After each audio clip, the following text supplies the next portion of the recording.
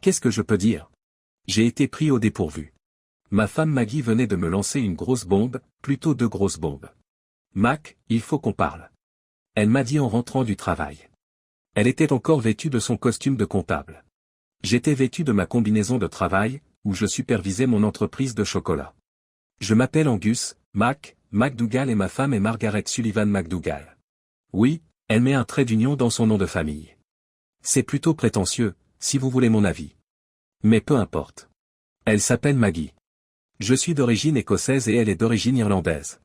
Bien sûr, cela aurait dû être mon premier indice que nous n'étions pas vraiment compatibles, mais j'ai eu le coup de foudre pour ses cheveux blonds dorés, ses yeux verts et son corps de rêve.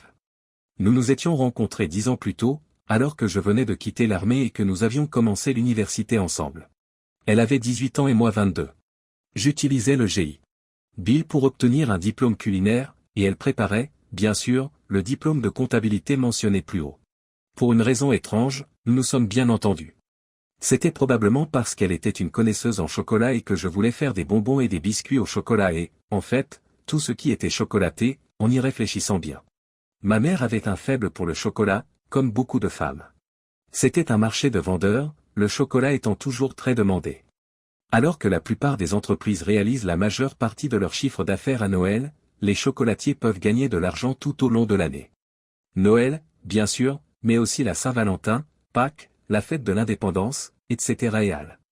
La Saint-Valentin est à égalité avec Noël pour la demande de chocolat, et ma petite chocolaterie Fabrique fait de meilleures affaires à la Saint-Valentin qu'à Noël, la plupart du temps.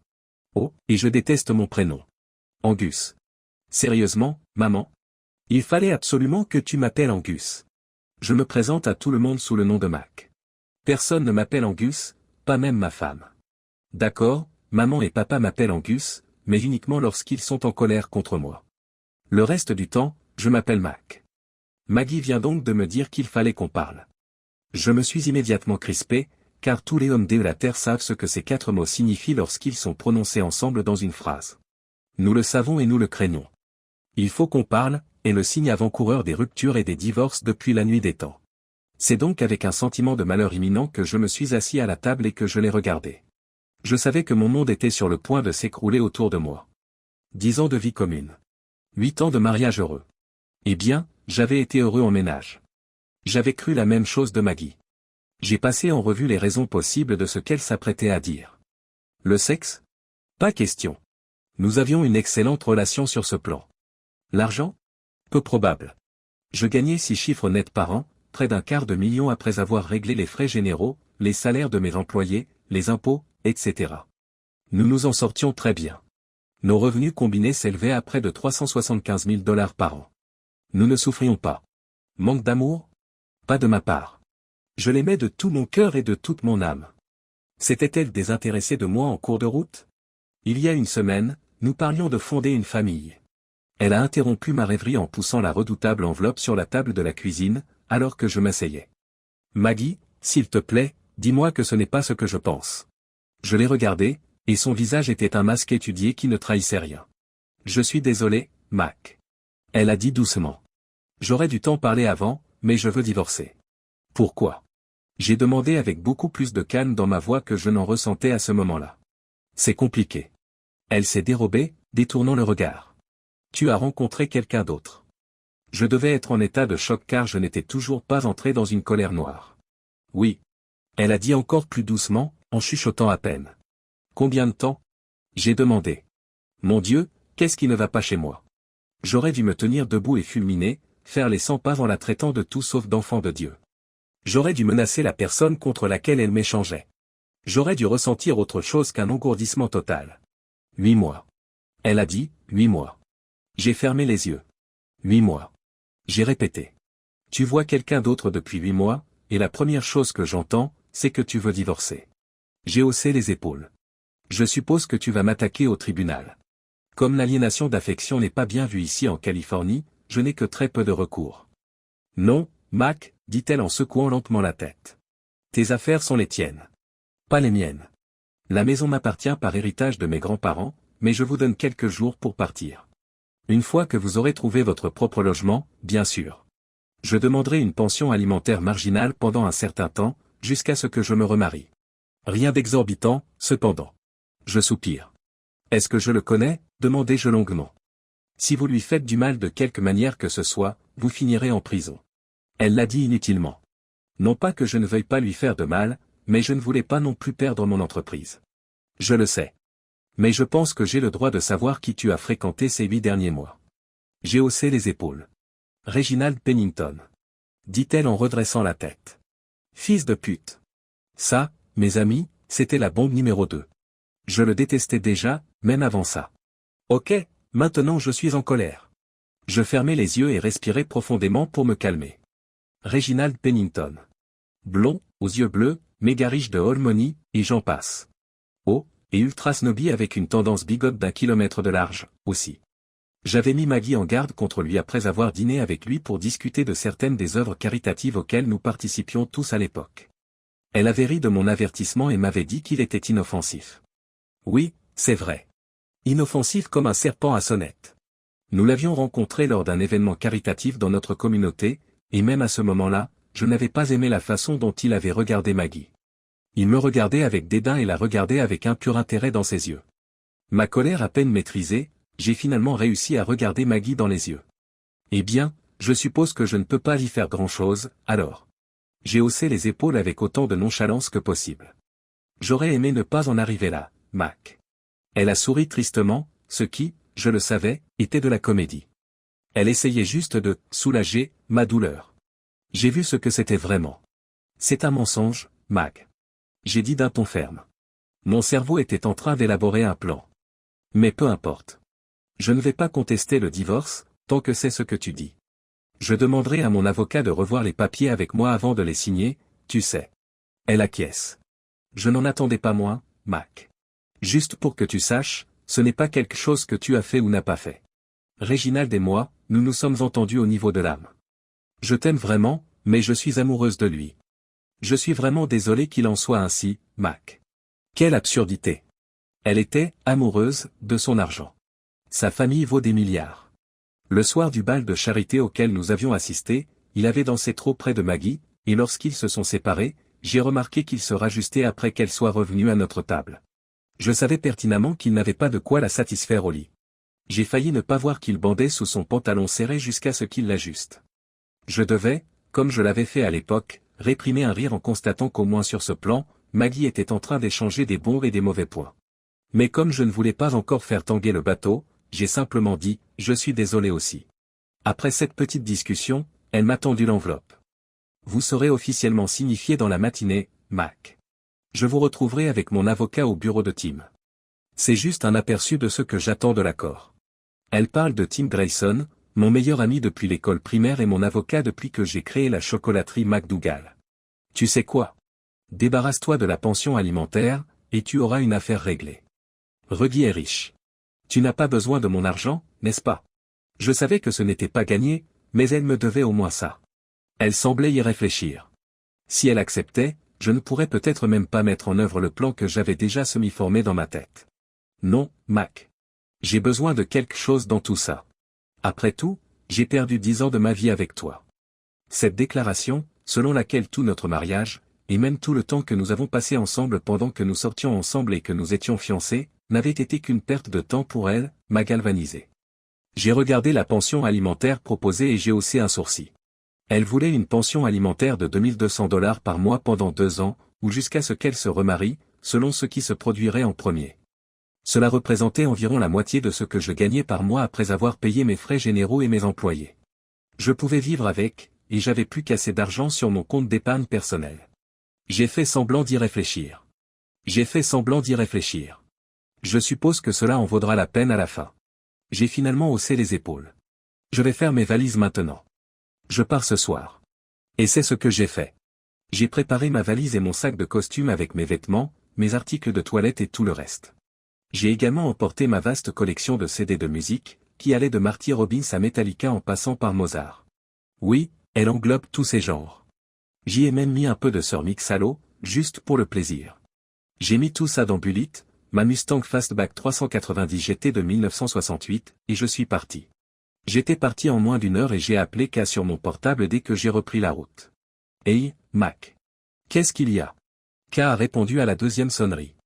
K, je viens de me faire virer et je vais recevoir les papiers du divorce dans la matinée au bureau de Tim. Maggie est en train de négocier, du moins dans son esprit.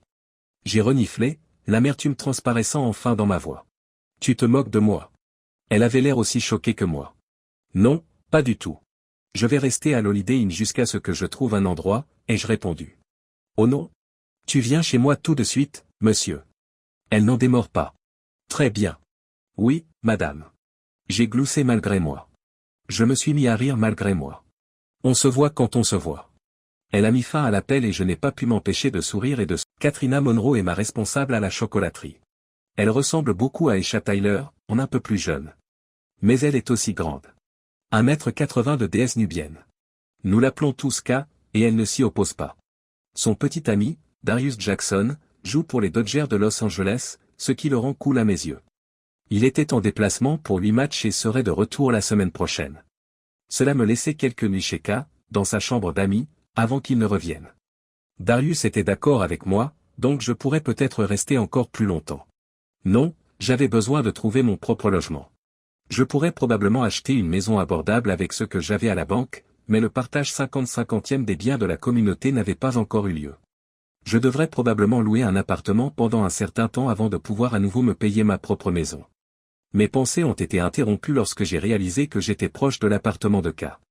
Son petit ami n'y restait que de temps en temps, mais il continuait à demander à K d'emménager avec lui et K ne voulait pas bouger. Elle voulait d'abord un engagement total de sa part. Comme un engagement avec un anneau sur le doigt. J'étais donc là, à 32 ans, toujours en bonne forme, déjà millionnaire, mais considéré comme acquis par la femme dont j'étais tombé amoureux et que j'avais épousée. Ma future ex-femme, la chercheuse d'or infidèle. Je me suis engagé dans l'allée de K et me suis garé juste à côté de sa petite Ford Fusion. Je jure que cette petite voiture s'est recroquevillée de peur devant Bullitt. J'ai souri en donnant à Bullitt un dernier coup de canon avant d'éteindre le gros V8. Alors que j'ouvrais le coffre et prenais ma valise, j'ai vu K ouvrir la porte et sortir, juste vêtu d'une marguerite et d'un débardeur. J'ai repris mon souffle en regardant ses seins pleins, qui tiraient sur le débardeur, ses longues jambes soyeuses et sa magnifique silhouette ronde. Mais j'ai rapidement chassé ces pensées de ma tête. J'ai fermé le coffre et je me suis approché d'elle, et K m'a laissé entrer sans un mot. L'expression de son visage était celle de l'incrédulité, mêlée à plusieurs autres émotions. Je suis presque sûr que j'étais encore en état de choc à ce moment-là. Oui, j'étais en état de choc. C'est ainsi que je fonctionnais encore. Mais à peine entré, j'ai laissé tomber la valise et je me suis effondré à genoux. La profondeur de ce qui s'était passé a finalement coulé dans mon cerveau en état de choc. Je l'avais compartimenté aussi longtemps que je le pouvais, mais maintenant, tout a éclaté hors de mon compartiment mental et de mes yeux. Je sentis deux longs bras féminins entourer mes épaules tandis que Kat s'agenouillait à côté de moi. Je m'accrochais désespérément à elle, sa seule présence me maintenant dans ce monde et m'empêchant de me replier complètement sur moi-même. SHH, c'est bon maintenant. Tu vas t'en sortir, Mac, me rassure-t-elle. Non, je n'irai pas bien. Je secoue la tête. Oui, je m'apitoyais sur mon sort. Je l'admets volontiers. Elle a réagi en attirant ma tête sur son ample poitrine, et je me suis senti aimé à ce moment-là. L'amour d'une très bonne amie, mais au moins j'ai ressenti l'amour de quelqu'un. Elle m'a attiré à ses pieds et nous avons marché. Ok, elle a marché et j'ai trébuché dans le salon et je me suis effondré sur son grand canapé en cuir. Et, on peut regarder Darius jouer. Les Dodgers jouent contre les Braves ce soir à Atlanta. Elle essayait de me remonter le moral, et elle sait à quel point j'aime le baseball. J'ai reniflé comme un gamin. Ok, je suppose que ça ne peut pas faire de mal. J'ai essayé de sourire, mais je crois que j'ai plutôt fait une grimace. Elle a allumé la télé et le match en était à la 4e manche à Atlanta. Le score était déjà de 4-2 pour les Dodgers. Cela m'a remonté le moral et m'a fait oublier mes propres malheurs. K nous a offert une bière et nous avons regardé le match ensemble. Le match a duré un certain temps, mais nous avons fini par gagner en prolongation. À la fin, nous étions en train de rire et d'applaudir lorsque Darius a attrapé le ballon pour mettre fin au match et assurer une nouvelle grande victoire des Dodgers. J'étais en train de boire une grande gorgée de la microbrasserie locale quand, tout à coup, le rire de K s'est arrêté. « Tu dois te moquer de moi !» Elle s'est exclamée bruyamment, la bouche ouverte en état de choc et fixant la télévision d'un regard noir. J'ai suivi son regard et j'ai vu Darius en train d'embrasser une femme. Et ce n'était pas un simple baiser amical. Ils étaient en train de s'embrasser fougueusement. Y a-t-il quelque chose dans l'eau ? Me suis-je demandé à haute voix. C'est tout ce que j'ai trouvé à dire en voyant la relation de K s'effondrer en même temps que mon mariage. Il doit y avoir une drogue qui trompe dans cette foutue eau, a-t-elle grogné. Je l'ai regardé, et le feu dans ses yeux marron foncé m'a rendu nerveux. Et une femme blanche? C'est? Il a dit qu'il n'aimait même pas les femmes blanches. Je l'ai écouté s'emporter contre lui pendant une vingtaine de minutes, puis elle m'a regardé et s'est effondrée en sanglots. Je lui ai rendu la faveur qu'elle m'avait faite un peu plus tôt, en la tenant dans mes bras pendant qu'elle se défoulait. Une fois qu'elle a eu fini de pleurer, elle m'a regardé avec des yeux injectés de sang qui reflétaient à peu près les miens. Regarde-nous, deux de la même espèce. Elle a ri tristement, et j'ai souri alors que quelques larmes perdues coulaient aussi sur mon visage. Au moins, Maggie m'a fait ça en privé. J'ai haussé les épaules. Ce type l'a fait à la télévision nationale. Je suis vraiment désolé, K. Ce n'est pas ta faute, chérie. Elle m'a serré fort dans ses bras, puis a attrapé son téléphone portable. Excusez-moi pendant que j'appelle ce tricheur et que je lui dis l'heure qu'il est. Pas de problème. J'ai hoché la tête pendant qu'elle appuyait sur le bouton de numérotation rapide. Et, Darius. Oui, on a vu le match. Mac est venu, car sa femme infidèle a divorcé et l'a mis dehors. Non, il va rester avec moi pendant quelques jours. Jusqu'à ce qu'il trouve son propre logement. Non, et ça m'amène à la raison pour laquelle je t'appelle. Je t'ai vu jouer à l'amidale avec cette femme. Elle s'arrêta et écouta quelques secondes, roulant des yeux. Elle plaça silencieusement son doigt sur ses lèvres et appuya sur le haut-parleur pour que je puisse l'écouter. J'ai hoché la tête en signe de compréhension. Mais bébé, je ne fais que jouer. J'ai des besoins, tu sais. Elle ne représente rien pour moi. J'ai juste besoin d'un petit quelque chose pendant que je suis sur la route. Il faut que tu le saches. Il pleurnichait et demandait de l'aide. Pour moi, un idiot n'avait pas sa place dans l'équipe des Dodgers. Eh bien, Darius, nous en avons terminé maintenant, dit-elle avec une voix de fer. Je vais faire envoyer les affaires que tu as laissées ici chez toi à Ella. Je ne veux plus te voir, ni entendre parler de toi, ni rien d'autre. Tu me comprends? Mais bébé? Il a commencé, l'air désespéré. Tu as perdu le droit de m'appeler bébé quand tu as embrassé cette femme à la télévision nationale. Je ne joue pas à ce jeu-là. Nous en avons fini. Fini. Mets-toi ça dans la tête tout de suite. Au revoir, Darius. J'espère qu'elle en valait la peine. Avant qu'il ne puisse se plaindre davantage, K a mis fin à l'appel et a bloqué son numéro. Elle m'a regardé et m'a fait un sourire en coin. Eh bien, c'est comme ça. Tolérance zéro. J'ai acquiescé. Tolérance zéro. Je suis d'accord, K. Les infidèles ne méritent pas de seconde chance. Alors, qu'est-ce qu'elle fait avec le divorce? Ne me dis même pas qu'elle va t'emmener chez le nettoyeur. Je te jure que je vais lui casser la tête. K m'amusait toujours avec ses euphémismes, et je me surpris à sourire à celui-là. Bizarrement, non. Elle veut une pension alimentaire de $2200 par mois, probablement pour que je n'essaie pas de l'empêcher de se remarier au plus vite, mais à part ça, le règlement qu'elle propose est très équitable. J'ai haussé les épaules. J'étais en larmes et je venais d'entrer dans la phase d'acceptation du chagrin du divorce. D'accord, acceptation, c'était loin d'être le cas. Je voulais les faire payer, et maintenant que j'avais les idées claires, mon plan prenait forme dans ma tête. Cela dépendait de plusieurs choses, comme le choix du traiteur pour leur mariage, mais plus j'y réfléchissais, mieux je me sentais. Alors, elle doit être sérieuse à propos de ce type? Elle t'a dit qui c'était? Demande K. Oui, et tu vas adorer ça. Reginald Pennington IV. J'ai souri. Les yeux de K se sont écarquillés. Je n'aurais jamais pris Maggie pour une chercheuse d'or. Moi non plus, jusqu'à présent. Elle a trompé tout le monde, apparemment. J'ai haussé les épaules. Ses parents ne m'ont jamais aimé, alors je suis presque sûr qu'ils l'ont poussé à le faire, au moins un peu. Je n'ai jamais été assez bien pour leur petite chérie.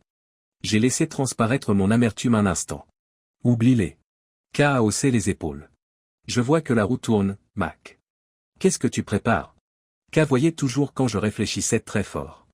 Elle l'a vu assez souvent au travail, lorsque je devais résoudre un problème dans l'atelier ou l'usine. Une revanche aux proportions monumentales. Je lui ai dit avec un sourire serein. Faites-moi confiance. Cela les marquera pour le reste de leur vie. Ok, j'ai presque peur de demander. Qu'est-ce que tu as obtenu jusqu'à présent? K gloussait maintenant. Je lui ai exposé mon plan de base et elle s'est mise à rire à gorge déployée. Tu es une personne folle. Elle s'est mise à hurler, des larmes de rire coulant sur son visage. Ok, il faut qu'on trouve comment faire ça. C'est ce que nous avons fait. Nous sommes restés debout à boire des bières et à élaborer notre plan d'action pour le mariage. Nous nous sommes dit que dans 3 mois, puisque je n'allais pas m'opposer au divorce, ils se marieraient 1 à 6 mois plus tard. Nous serions prêts, et si je pouvais rester cordial avec Maggie, et oui, même avec Réginald, je pourrais peut-être participer au mariage sans le faire échouer. Lorsque j'ai apporté ma valise et mon sac dans la chambre d'amis, il était bien plus de minuit. J'ai dit à K que je serais en retard au magasin, car je devais aller voir Tim pour signer les papiers du divorce dans la matinée, et elle a compris. Elle m'a dit qu'elle s'occuperait de tout jusqu'à ce que j'arrive, ou que je pourrais prendre un jour de congé si je le souhaitais. J'ai étonnamment bien dormi cette nuit-là. Peut-être était-ce la bière, que nous avions bu avec modération, ou peut-être était-ce le plan tordu et insidieux que j'avais conçu pour faire du mariage de Réginald et Maggie une expérience, mémorable pour eux. Quoi qu'il en soit, j'étais heureux de ce que nous avions trouvé. Je me suis levé tôt, le sourire aux lèvres. J'ai entendu le bruit du bacon et des œufs qui grésillaient sur la cuisinière, et l'odeur m'a encore plus réveillé. Elle avait aussi préparé une cafetière, et c'était encore mieux. Je ne me souvenais pas de la dernière fois où Maggie m'avait préparé le petit déjeuner, mais qu'elle avait fait, et nous n'étions que des... Je me douchais et m'habillais d'un t-shirt et d'un gant, car je n'avais pas envie d'aller au magasin après avoir vu Tim. J'ai ensuite rejoint K dans la cuisine. Bonjour, K. J'ai souri en m'asseyant sur le tabouret du coin cuisine. Bonjour, mon beau. Elle m'a fait un sourire éblouissant. Tu as l'air beaucoup plus en forme ce matin que lorsque tu es arrivé hier soir. Grâce à toi et à la bière. J'ai hoché la tête en signe d'appréciation, ce qui m'a valu un rire musical. Je devais rire aussi, car le rire de K est contagieux. Bon, voilà des œufs et du bacon pour toi. Tu viendras travailler après avoir vu Tim? Elle a posé l'assiette et une tasse de café devant moi. Merci, K. Non, je pense que je vais prendre un jour de congé. Je ne sais pas comment je vais réagir après avoir rencontré Maggie et son avocat pour la signature. J'ai haussé les épaules. Mais je vais te dire. Je t'emmènerai déjeuner plus tard et je te ferai savoir ce qui s'est passé. K a acquiescé. Tu ferais mieux, Mac. Je suis contente de ne pas venir avec toi. Si je la voyais, je devrais probablement dire quelque chose. C'est une des raisons pour lesquelles je t'aime, ma chérie. J'ai souri. Tu es la personne la plus loyale que je connaisse. Ah oh, je t'aime aussi, patron. Elle a souri gentiment quand je me suis levé et m'a serré dans ses bras. K ne mesure qu'1 centimètre de moins que moi, si bien que tout son corps était pressé contre le mien et que nous nous sommes étreints dans un élan de commisération. Et, nos 2 ex nous trompaient. Je suis content que tu t'en sortes aussi. Je lui ai dit en la serrant contre moi, puis je l'ai relâché. Au moins, ils ne se trompaient pas l'un l'autre. Ça, c'est un cliché. Elle a reniflé un rire, et j'ai dû glousser sur ce coup-là. C'est vrai. Mais qu'on le découvre tous les deux le même jour? C'est le plus gros. Coïncidence. Jamais. Je lui ai fait ma meilleure imitation de Comic Book Guy. K et moi adorons les Simpsons, alors elle a tout de suite compris, et m'a donné un rire narquois avec une tape sur l'épaule. Tu as raison, Mac. C'est une sacrée coïncidence, ce qui rend cette drogue dans l'eau encore plus plausible. Toi et tes théories du complot. Je roule des yeux et lui adresse un sourire amusé. Lorsque nous avons fini de nettoyer et de charger son lave-vaisselle, elle m'a tendu la clé de son appartement. Elle devait aller à Darius, mais je pense que tu en auras plus besoin que lui. Elle a souri. Merci, K. J'ai souri, je l'ai embrassé sur la joue et je l'ai serré fort dans mes bras. Ne t'inquiète pas. Je trouverai mon propre appartement dans quelques jours, et je ne serai plus dans tes pattes. Rien ne presse, Mac. Elle m'a assuré. Crois-moi, chérie. Je préfère t'avoir près de moi, où je peux garder un œil sur toi, plutôt que de t'avoir toute seule, où seul Dieu sait ce que tu ferais toute seule. Mes parents ont divorcé, alors je sais comment mon père a pris le départ de sa mère. Je ne te lâcherai pas d'une semelle. Ok, maman. J'ai souri et elle m'a donné un coup d'épaule avec un sourire malicieux. J'avais entendu parler de ce qui s'était passé, et du fait que sa mère était mentalement déséquilibrée. Elle n'avait pas trompé le père de K, mais elle avait d'autres problèmes de personnalité et de santé mentale qui l'avaient poussé à boire de l'alcool et à divorcer. Je ne connaissais pas tous les détails, mais ce n'était pas aussi sordide que ma propre situation. Cependant, son père l'avait mal pris. En ce qui concerne notre relation, K et moi nous connaissons depuis 20 ans. Elle a 2 ans de plus que moi, mais elle me surveillait à l'école quand nous étions enfants. À l'époque, j'étais plus petit que tous les autres garçons et on se moquait souvent de moi. K était déjà plus grande que la plupart des garçons et des filles, et elle était en bonne voie pour devenir une Amazone. Elle m'a défendu et personne n'a voulu la mettre à l'épreuve. Mais elle n'a pas seulement été réactive à cet égard. Elle m'a appris à me défendre. Elle m'a appris à me battre à la dure, puisque mes propres parents ne le feraient pas. Elle avait appris très jeune à prendre soin d'elle. Lorsque nous sommes devenues adolescentes, j'avais finalement grandi suffisamment pour être plus grande qu'elle d'1 centimètre. À peine. J'ai eu ma dernière poussée de croissance pendant ma 2e année de lycée, et K avait déjà arrêté de grandir. Elle mesure 1,80 mètres et moi 1,80 mètres, et nous n'avons pas bougé d'un iota depuis. Nous avons tous les deux pris du volume depuis l'époque où nous étions des haricots, mais nous sommes toujours en bonne forme. Elle était coureuse de haies dans l'équipe d'athlétisme, et je jouais au baseball. Mais alors que K était suffisamment doué pour obtenir une bourse d'études à l'USC, je n'étais pas assez bon au baseball pour justifier une bourse d'études. Je me suis donc engagé dans l'armée, puis j'ai utilisé mon GI Bill pour aller à l'école. Lorsque j'ai ouvert la chocolaterie juste avant d'épouser Maggie, K a posé sa candidature au poste de directrice. Elle avait un MBA, alors je l'ai rapidement engagée. La première année, je n'ai pas pu la payer beaucoup, mais une fois que le bouche à oreille s'est répandu, nous avons eu presque plus de clients que nous ne pouvions en gérer. J'ai réussi à faire travailler des gens formidables pour moi, et K était, et est toujours, la meilleure d'entre eux. Je l'ai laissée en charge au bout d'1 an, afin d'emmener Maggie en lune de miel tardive. K avait fait en sorte que tout fonctionne comme sur des roulettes pendant ces 2 semaines, et après la première année, nous étions sur la bonne voie pour rembourser le prêt bancaire, et je pouvais même me permettre d'accorder à tout le monde une belle augmentation. À la fin de la 3e année, mon magasin était devenu une véritable usine miniature, avec une grande cuisine et tout le reste. J'ai obtenu des contrats pour des fèves de cacao et j'ai réussi à faire venir de beaux mélanges exotiques. Au cours de notre 5e année, nous envoyions des commandes spéciales de bonbons dans toute la Californie, mais je refusais catégoriquement de me lancer dans une franchise ou quoi que ce soit de ce genre. Cependant, nous sommes devenus presque exclusivement des commandes spéciales. On m'a proposé des millions pour mon entreprise, mais mes employés et moi-même avons refusé de vendre. Ils ont décidé qu'ils ne voulaient travailler pour personne d'autre que moi. Si j'avais vendu le magasin, tous mes employés auraient démissionné. C'est ce qui m'a décidé. J'allais rester une petite entreprise avec mes 20 employés, et nous allions nous amuser et gagner de l'argent en même temps. Il s'est avéré que c'était le dernier clou de mon cercueil en ce qui concerne ma belle famille. Le père de Maggie voulait acheter mon entreprise et la développer. Je l'ai dissuadé poliment mais fermement, en lui disant que je voulais que l'entreprise reste petite et familiale. Il m'a répondu que l'expansion était le seul moyen de gagner sérieusement de l'argent. Je lui ai fermement, et moins poliment, fait remarquer que je gagnais déjà beaucoup d'argent, mais que je ne voulais pas devenir aussi gourmand que lui. Je me suis demandé ce qu'il penserait si Maggie me trompait, puis divorçait en faveur de Reginald, et j'ai réalisé que je m'en fichais, mais qu'ils approuvaient probablement. Le vieil argent attire le vieil argent, et les Sullivan, même s'ils n'étaient pas aussi riches que les Pennington, étaient toujours du vieil argent. Oublions cela. K et moi sommes partis ce matin-là après le petit déjeuner.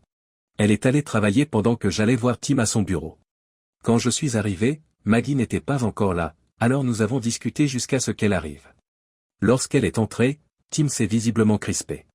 J'ai compris à son langage corporel que Maggie et son avocat n'étaient pas les seuls présents. Je me suis levé et je me suis retourné, et bien sûr, il y avait le petit Dickie Pennington en personne. À ce moment-là, je n'avais qu'une envie, c'était d'effacer le sourire satisfait de son visage. Au lieu de cela, j'ai ignoré la poignée de main qu'il m'a offerte pour regarder Maggie.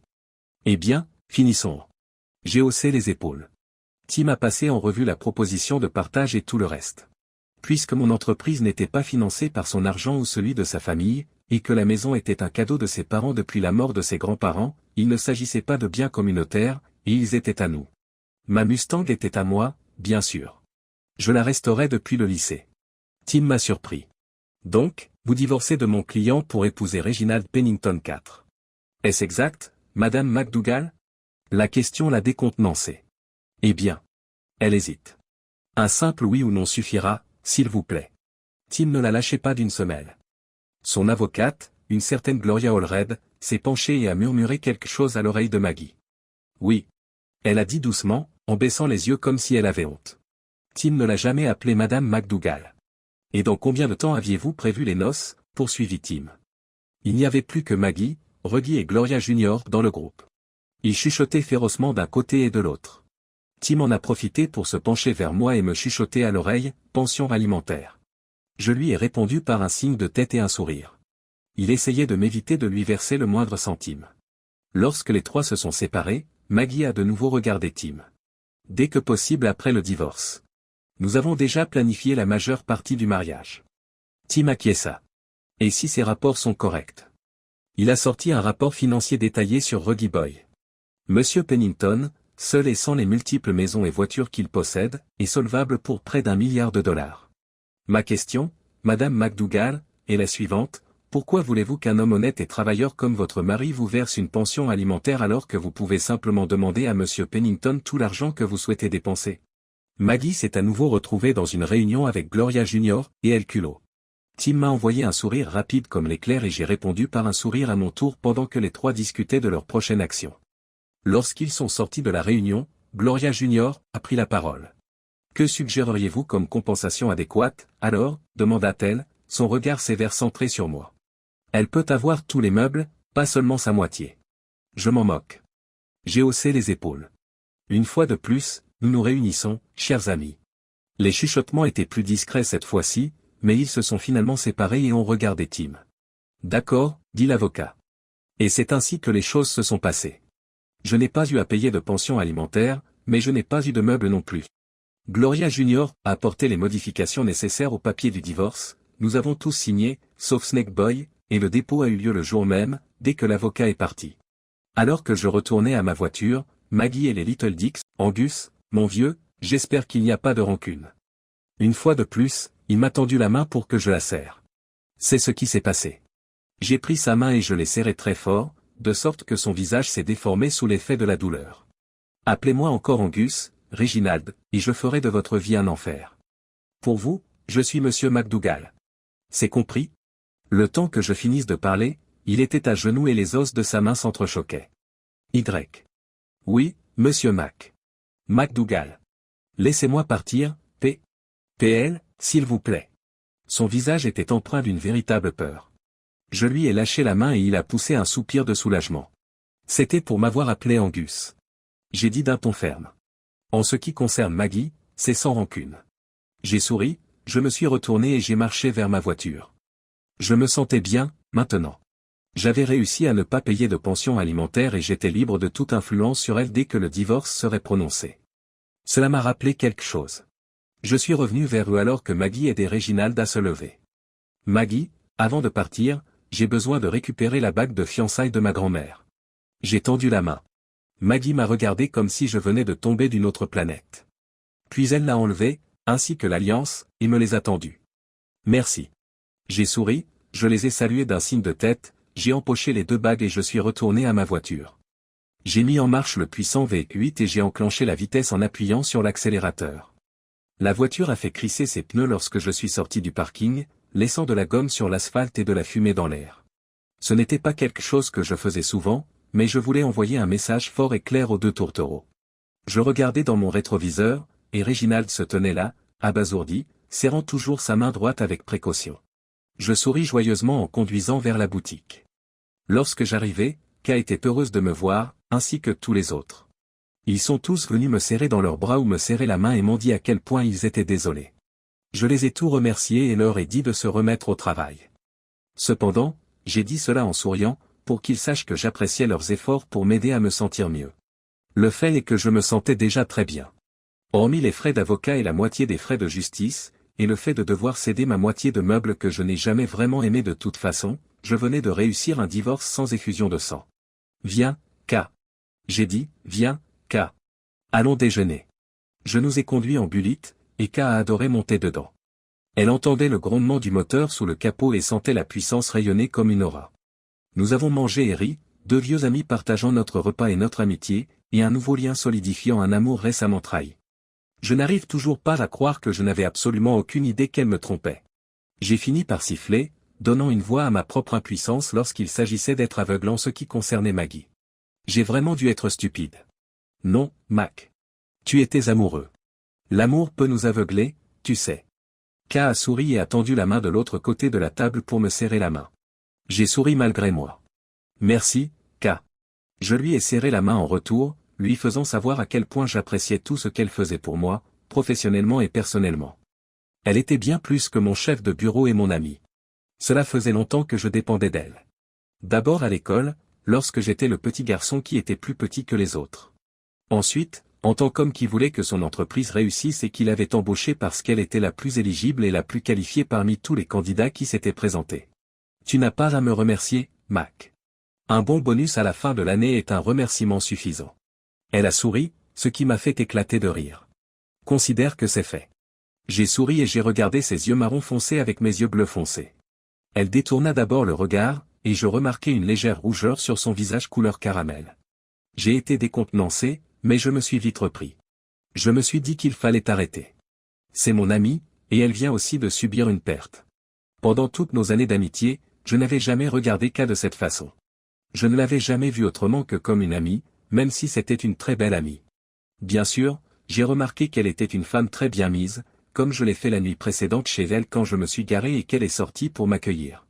Bon sang, quel mâle américain au sang rouge ne remarquerait pas une magnifique Amazone comme elle. Mais c'était juste quelque chose que nous, les hommes, faisions. Là, je me suis sentie différente. Je me suis rendu compte que je n'étais pas prêt pour cela, et nous sommes rapidement revenus à d'autres sujets. Après le déjeuner, je l'ai raccompagnée au magasin et je l'ai déposée. Elle m'a dit qu'elle me verrait à la maison, alors j'ai conduit jusqu'aux falaises et j'ai regardé le Pacifique. J'ai regardé ma main gauche et j'ai enlevé la bague qui s'y trouvait depuis 8 ans. J'ai fouillé dans ma poche et j'ai sorti l'alliance de Maggie. Je les ai étudiées toutes les deux, et leur simple vue m'a rendu malade. J'ai ensuite sorti la bague de fiançailles de ma grand-mère et je les ai tenues toutes les trois ensemble. J'ai remis la bague de fiançailles dans ma poche, puis j'ai tiré vers l'arrière et jeté les alliances dans l'océan aussi fort que possible. Elles ont scintillé au soleil en passant par-dessus les falaises et en se jetant dans les eaux vives qui s'écrasaient sur les rochers en contrebas. C'était symbolique pour moi. Mon mariage était mort, et c'était l'autopsie. Bien sûr, le divorce devait encore se dérouler, mais c'était ce que je devais faire pour ma propre santé mentale et pour pouvoir aller de l'avant. Ce n'est pas parce que j'avais fait l'éloge funèbre de mon mariage que j'avais abandonné mon projet de me venger de Maggie et Reggie. J'ai pensé à la phrase de la chanson « Violence and Bloodshed » qui disait « Payback is a bitch, and I'm paying all ». La vengeance est une salope, et je paye tout. J'ai souri en entendant Scott Columbus à la batterie de la mort et Eric Adams chantant les paroles pendant que Joey de Mayo posait la ligne de basse et que Ross le boss brûlait la guitare solo. Oh, oui. Reggie allait payer pour avoir volé ma femme, et ma femme allait payer pour m'avoir trahi. Certains me qualifieraient de vindicatif et d'homme des cavernes. À cela, je dirais simplement, allez au diable. Faites une marche de 20 miles avec mes bottes, et vous me jugerez. 3 mois plus tard, tout était réglé. Les comptes communs étaient partagés à 50-50e. Pendant ce temps, K et moi avons coexisté en tant que colocataires et nous nous sommes très bien entendus. Au travail, personne ne s'est soucié du fait que nous vivions ensemble. La grande surprise, c'est quand nous sommes rentrés chez nous un soir et que nous avons trouvé les invitations au mariage dans le courrier. C'est là que nous avons été surpris. Maggie ne plaisantait pas. Ils avaient prévu le mariage un mois après le jugement de divorce. J'ai souri à K, qui m'a répondu par un sourire. Ok, maintenant c'est l'heure d'y aller, ai-je dit avec une pointe de malice en nous conduisant à Costco. Trouver le traiteur pour le mariage a été facile. Il avait voulu faire affaire avec nous il y a quelques mois, mais c'était tombé à l'eau. J'ai décidé de lui donner une autre chance, et de tout négocier moi-même, cette fois-ci. Ce qui m'a fait beaucoup rire, c'est que Maggie allait s'habiller en blanc, tout comme Reggie dans sa tenue blanche de la marine. Il avait été aviateur naval au début de la guerre, alors que je faisais partie de l'équipe alpha du capitaine Drake. Ce type ne pouvait même pas porter un smoking noir normal, semblait-il. J'ai rendu visite au traiteur quelques nuits avant le mariage et j'ai remplacé le mélange pour gâteau au chocolat par mon propre mélange. J'ai souri comme un chat du Cheshire en remplaçant la pâte à gâteau par un petit quelque chose au goût de chocolat. Non, ce n'était pas du poison. C'était juste quelque chose qui rendrait le mariage de Maggie et Reggie inoubliable, pour tout le monde. Ce que je faisais pouvait être comparé à une farce de lycéen, mais avec beaucoup plus de style. Mais, bon sang, je devais me venger. Il m'avait trahi pendant 8 mois avant de m'envoyer les papiers du divorce. Certes, elle s'était montrée très conciliante lors du divorce, et je n'avais plus qu'un cœur brisé. Mais ce cœur brisé allait leur coûter cher. J'ai tenu K au courant de ce qui se passait, et elle a bien ri quand je lui ai dit que l'opération Mudflap était lancée, Bavette était lancée. L'invitation comprenait la réception, et c'est là que le vrai divertissement allait commencer. Le matin du mariage, K et moi nous sommes douchés en même temps, et non, nous ne nous sommes pas douchés ensemble. Au cours des derniers mois, nous nous étions rapprochés. Nous étions cependant encore prudents en matière de relations, et je craignais pour ma part de gâcher notre amitié en passant à l'étape suivante. Je suis heureux qu'elle ait fait installer ses chauffe-eau sans réservoir. Après avoir revêtu mon costume Armani, j'ai attendu dans le salon que K soit prête. Elle m'a demandé si j'étais présentable, alors que je regardais un match de football de l'UCLA. Je me suis retourné pour la regarder et ma mâchoire s'est décrochée. J'avais devant moi une vision de beauté qu'il serait difficile de décrire. Mais je vais quand même essayer. K portait une robe vert émeraude qui épousait ses courbes comme un gant. La matière chatoyante s'accrochait à elle comme si elle était amoureuse de son corps et ne voulait pas s'en séparer. Ses cheveux étaient coiffés à l'épaule et encadraient parfaitement son joli visage. Ses lèvres pulpeuses sont peintes d'un rouge sulfureux et son ombre à paupières vertes s'harmonise parfaitement avec sa robe. Elle portait des escarpins d'un pouce, ce qui la mettait exactement à la même hauteur que moi. Ses mollets toniques étaient mis en évidence, et les talons d'un pouce les mettaient parfaitement en valeur. Sa poitrine généreuse était à peine retenue par le haut de sa robe, et lorsqu'elle tournait sur elle-même, j'apercevais son dos couleur caramel. C'est fou ce que c'est beau. Tu es magnifique, dis-je lorsque je parviens enfin à formuler des mots cohérents.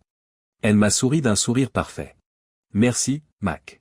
Tu as l'air très bien toi aussi. J'ai rougi à ce moment-là. Merci, K, ai-je dit en nous dirigeant vers la porte. Nous nous sommes rendus à l'église. Ironiquement, la radio diffusait « White Wedding » de Billy Idol. Lorsque Bullitt s'est garé sur le parking, les gens se sont retournés et ont regardé fixement le gros V8 qui annonçait notre arrivée. À part nous, tous les invités étaient des « Upper Crust Harmony ». Ok, ça va être encore plus amusant, nous avons montré nos invitations au videur de la porte. Ok, videur, est peut-être un terme trop généreux. Il avait l'air d'être l'un des hommes de main de la sécurité non-nec de Ruggie qui l'accompagnait lors d'événements publics. Il semble que les Pennington se soient fait quelques ennemis au fil des ans avec leurs pratiques commerciales, ce qui a rendu les non-nec nécessaires. Ça ne m'a pas du tout surpris. La famille de Ruggie et de l'école du « fais aux autres avant qu'ils ne te le fassent ». Leur version de la règle d'or. Ou bien, celui qui alors, établit les règles. Et vu les regards de dédain que K et moi recevions de la part de l'élite snob, je me sentais encore mieux à l'idée de ce qui allait se passer ce beau jour. Alors que nous prenions place dans le banc, je me suis penché vers K et lui et chuchoté à l'oreille, n'oublie pas de ne pas manger de chocolat à la réception.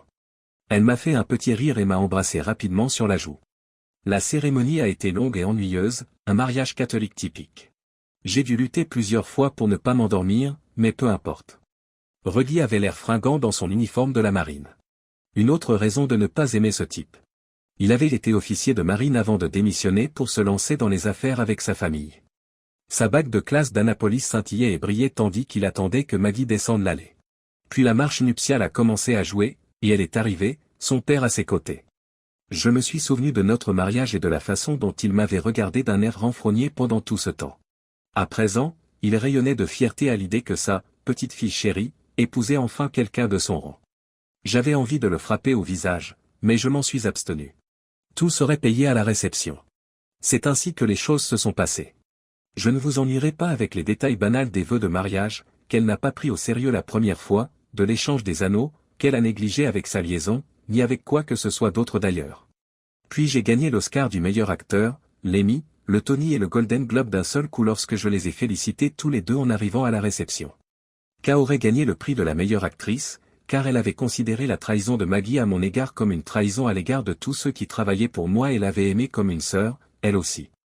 Ruggie m'a renvoyé la balle avec un autre, Angus, mon vieux, j'espère qu'il n'y a pas de rancune. C'est le meilleur qui l'a emporté à la fin. Il m'a fallu tout mon sang-froid pour ne pas le frapper. Au lieu de cela, j'ai dit, tu as raison. C'est le meilleur qui a gagné.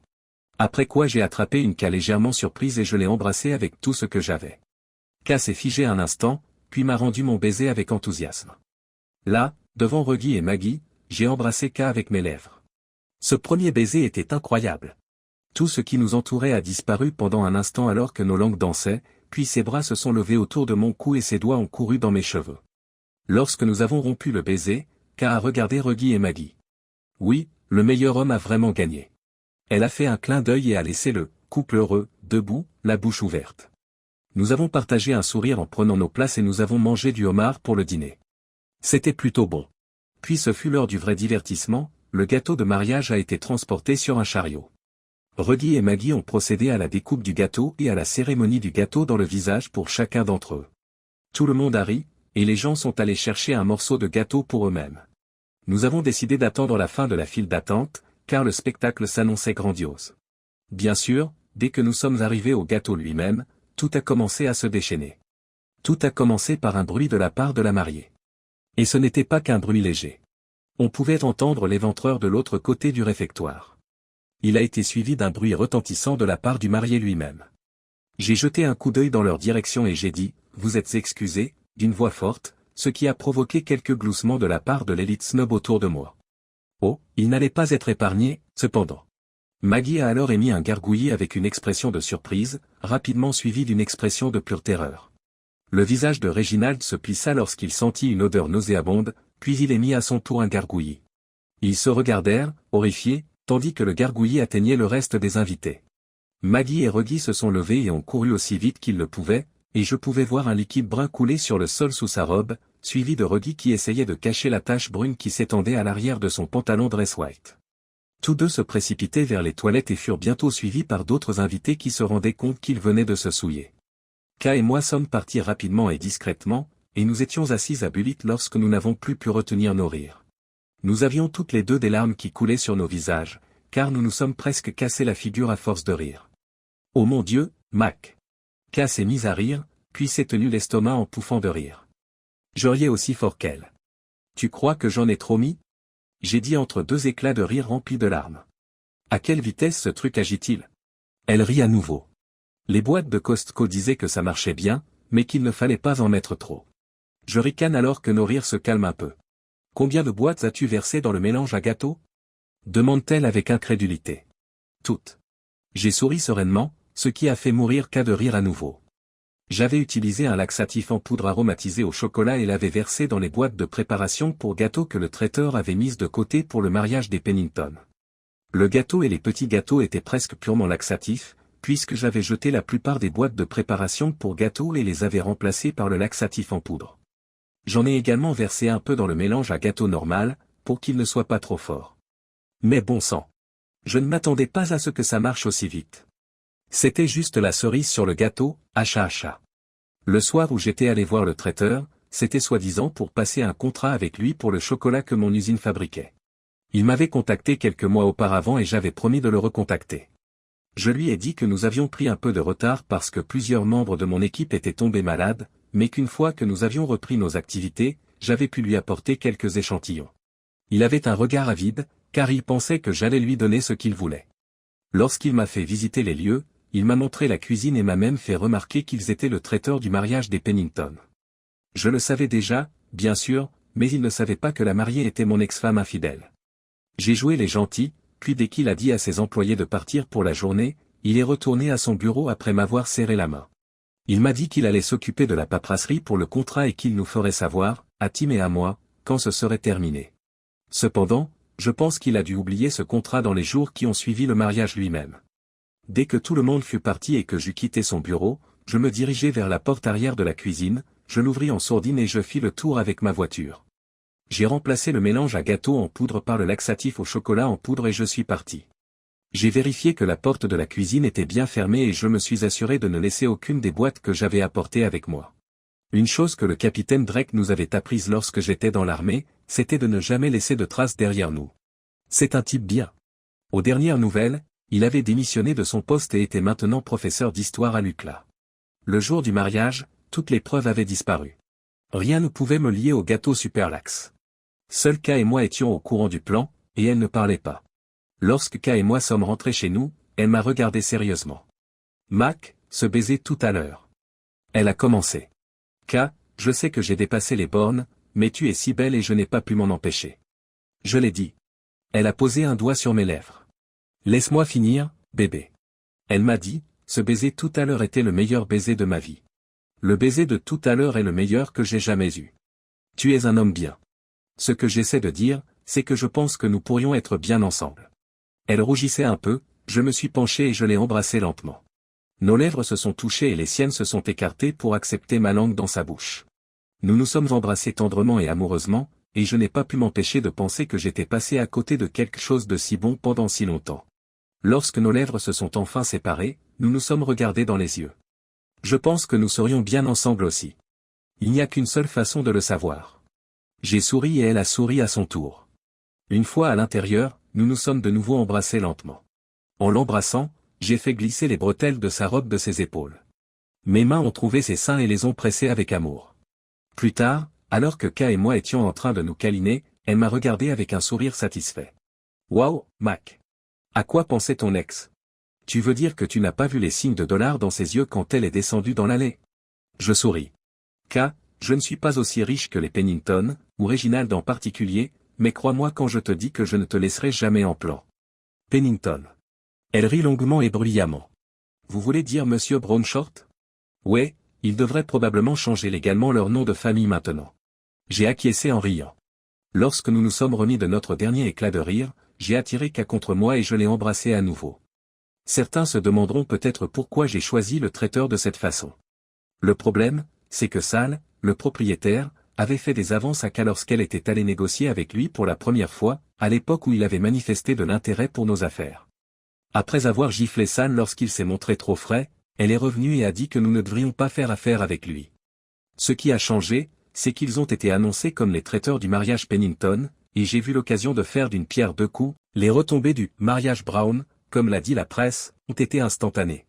Les chaînes d'information et les journaux en ont parlé dès le lendemain, et il y a eu de superbes photos et vidéos de la mariée, du marié et des invités courant vers les toilettes du réfectoire. Tous les gars et les filles de l'atelier sont venus chez K pour assister aux festivités. On ne nous voyait dans aucune scène, mais tout le monde savait que nous étions là. Nous avons tous tellement ri que nous avons pleuré lorsque l'élite snob s'est précipitée aux toilettes. Inutile de dire que beaucoup de snobs UP ont été très gênés par les images les montrant en train de lutter pour éviter que la substance brune n'empeste trop l'endroit. Les seules personnes que je plaignais étaient les concierges qui devaient nettoyer tout ce bazar par la suite. Bien sûr, environ une semaine après le fiasco du mariage, les flics sont venus poser des questions.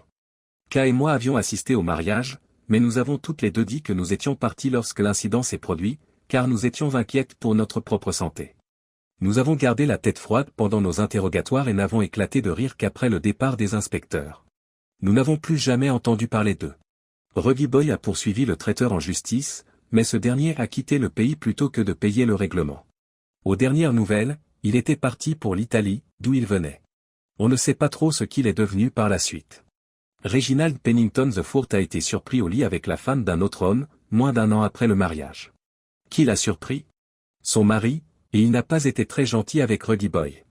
Il a appelé Maggie, qui a eu quelques mots très durs à dire à Ruggy lorsqu'elle est arrivée à la maison du mari offensé. Peu de temps après, Maggie s'est présentée sur le pas de la porte de notre nouvelle maison. Au moins, Reginald s'en était sorti en perdant une petite partie de son corps dans la bagarre qui s'en était suivie.